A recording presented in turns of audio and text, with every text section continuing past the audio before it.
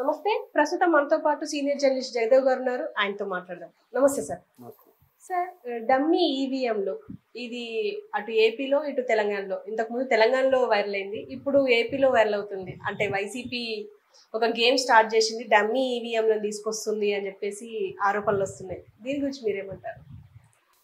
అయ్యుండొచ్చు, అవకాశం ఉంది. ఎందుకంటే గతంలో కూడా ఇలా జరిగాయని ఒక ఆరోపణలు ఉన్నాయి. మొన్న రీసెంట్గా మీరు అన్నట్టు తెలంగాణ ఎన్నికల్లో కూడా రేపు కౌంటింగ్ అంటే ఈరోజు ఒక డమ్మీ ఈవీఎంలు అంటే బ్లాంక్ ఎంటీ ఈవీఎంల వ్యాను వెళ్తుందంట. వెళ్తుంటే ఎందుకైనా మంచిదని గెలవడానికి ఏదైనా చేయొచ్చు, ఏదైనా జరగచ్చు అనే ఉద్దేశంలో సో రేవంత్ రెడ్డి గారు అండ్ టీం అనుక్షణం వెంబడిస్తూనే ఫాలో అవుతూనే అబ్జర్వ్ చేస్తూనే ఉన్నారంట. అయితే వ్యాన్ ఎక్కడికి వెళ్తుందని చెప్పి వీళ్ళు బైకుల మీద ఫాలో అయ్యారు.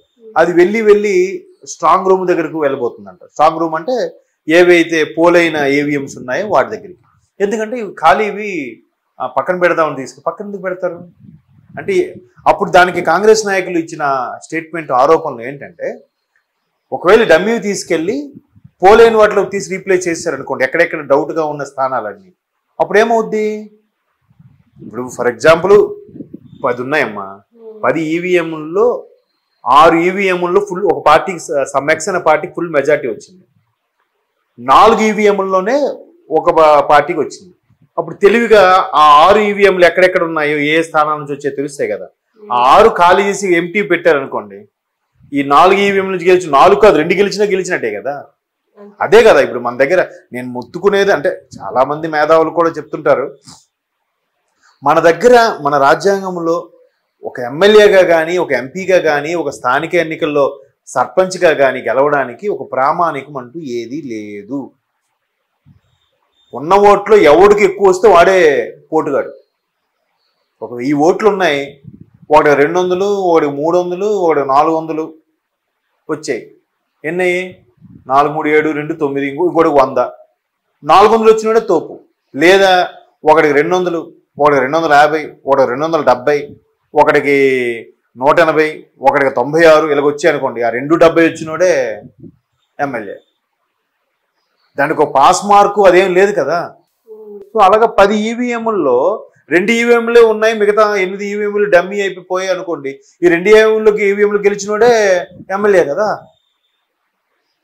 సో అంటే ఎన్నికల్లో అదేదో సామెత అన్నట్టుగా శతకోటి ఉపాయాలకి అనంత కోటి దరిద్రాలని ఏదో సామెత ఉంది. అంటే ఏదైనా ఒక బాగా ఆలోచించి అమ్మాయి ఇది ప్రాబ్లం నుంచి సాల్వ్ అయ్యామని బయటకు వస్తే దానికి రెట్టింపులో ఇంకో దరిద్రం వచ్చి ఆడవద్దంట.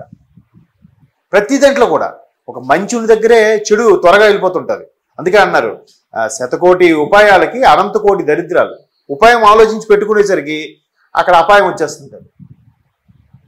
సరే ఈవీఎం అయితే ఇంకా గిగ్గింగ్లు స్టాంపింగ్ ఏం ఉండవు కదరా అని అనుకుంటే ఈవీఎంలు కూడా ఈ విధంగా ట్యాంపరింగ్ చేయడం, ఏది నొక్కినా ఆ సింబలే పడేలాగా చేయడం, అప్పటికి కుదరకపోతే ఈవీఎంలను మార్చడం.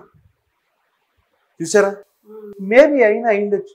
ఇప్పుడు గతసారి కూడా ఈ రూమర్ ఉంది, ఎంతవరకు వాస్తవం తెలియదు. చంద్రబాబు నాయుడు గారి మీద అంత స్థాయిలో వ్యతిరేకత లేదు, మరీ 23 స్థానాలు వచ్చే అంత వ్యతిరేకత అయితే లేదు. ఆయన ఎక్కడ బ్యాడ్గా చేయలేదు. ఆయన మద్యపాన నిషేధం అనలే. తర్వాత కేవలం అభివృద్ధి, నేను ఎలాగైనా రాష్ట్రానికి రాజధాని లేదు, అమరావతి రాజధాని చేస్తా, ఎలాగైనా సాధిస్తా అని చెప్పాడు తప్ప ఇంక దేనికి మీద ఇది అవ్వలేదు.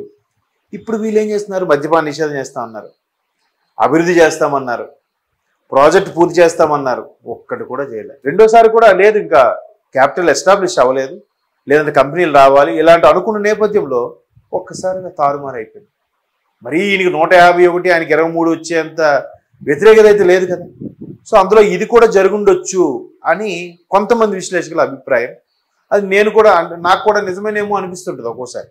ఇంకో టాక్ ఏంటంటే ఆ పక్క రాష్ట్రం తెలంగాణలో కూడా అటువంటిది ప్లాన్ చేశారు, అందుకే కేసీఆర్ గారు కూడా 2సారి గెలిచారని కూడా అంటుంటారు. ఎంతవరకు వాస్తవం మనకు తెలియదు.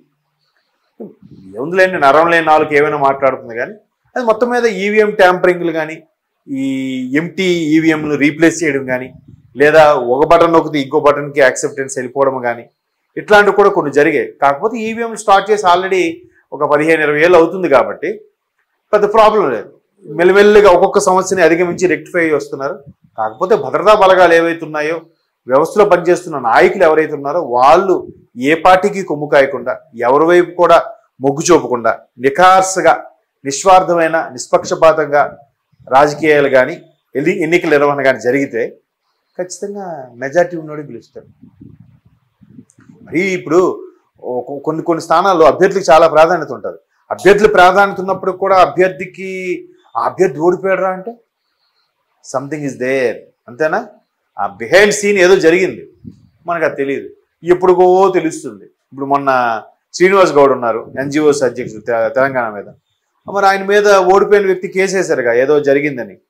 మొన్న కోర్టు తీర్పిచ్చింది, ఆయన శ్రీనివాస్ గౌడ్ ఎన్నిక చెల్లదు మీది అని. ఇంకా లాభం ఏంటి? ఇంకా 2 నెలలే ఉన్నాయి ఎన్నికలు. అలా ఉంది మన వ్యవస్థ, కోర్టు వ్యవస్థ పనితీరు. కాబట్టి ఇవన్నీ మాట్లాడుకోవడానికి బాగానే ఉంటాయి, అక్కడికి ఇంప్లిమెంట్ అయ్యేసరికి ఏమీ ఉండవు కదా.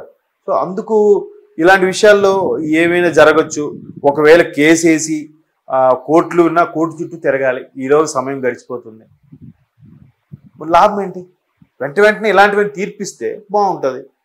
ఒక 10లో కనీసం 3% అంటే 30% కూడా ఓట్లు రానివాడు కూడా ఎమ్మెల్యేనే. ఏమంటే ఉన్న వాటిలో వాడికే ఎక్కువ వచ్చింది. అక్కడ ఇన్ని ఉంటే ఇన్ని రావాలని లేదు. మామూలుగా కాంపిటేటివ్ ఎగ్జామ్స్, ఇంటర్మీడియట్ ఎగ్జామ్స్ లాగా ఇన్ని రావాలని ఏం లేదు, ఎన్నైనా రావచ్చు. ఉన్న వాటిలో నీకు కోసం నువ్వే పోటుగాడివి. 10 ఓట్లలో 2.71కి 2.1కి 2.51కి ఒక్కొక్కటి చొప్పున ఇండిపెండెంట్లకు 4 వచ్చాయి, అయిపోయింది, అక్కడికే 10. బట్ ఎక్కువ వచ్చినవాడు 1 మార్క్ 1.5 వచ్చినవాడే ఎక్కువ తోపుగాడంట. 1 మార్క్ ఏంటమ్మా 10కి 1.5 అంటే 15%. కాబట్టి ఇట్లా వ్యవస్థ మారాలి అని అంటే టైం పడుతుంది. వీళ్ళు అందుకే ఏ అవకాశాన్ని కూడా వదులుకోరు. అయితే ఈవీఎంలు కానీ లేదా రిగ్గింగ్లు కానీ, ఇప్పుడు వాటికి కూడా రిగ్గింగ్ ఎలా చేస్తారంటే వేసిన దాన్ని వెంటనే వాడు చిన్న స్ప్రే చేసుకుంటాడు అక్కడ. అది క్లియర్ అవుతుందా సార్? లేదంటే వాడు అరచేయికి ఏదో ఆయిల్ లాంటి స్ప్రే చేసుకుంటాడు. అది వేసిన వెంటనే వాడు ఏదో ఇలా అనుకుంటాడు అనమాట. దాన్ని జస్ట్ రాసి వదిలేస్తే బయటకు వచ్చే కొద్దిగా పామితే గట్టి పామితే వదిలేస్తారు. అటువంటి లిక్విడ్స్ కూడా వచ్చేసాయి. కాబట్టి ఏవైనా చేయి, వాళ్ళు సాధించాలి, గెలవాలి, బుల్లెట్ దిగాలి అనుకునే వాళ్ళు ఎలాగైనా చేస్తారు. కాబట్టి ఈవీఎం ట్యాంపరింగ్ అనేది ఆశ్చర్యకరమైన విషయం కాదు, గతంలో జరిగింది, ఇప్పుడు కూడా చేయడానికి ప్రయత్నిస్తుండొచ్చు. ప్రతిపక్షాలు, డిపార్ట్మెంట్ వాళ్ళు సీరియస్గా డ్యాగ కన్నుతో వెతకాలి, అప్పుడే దొరుకుతాయి. Okay sir, thank you.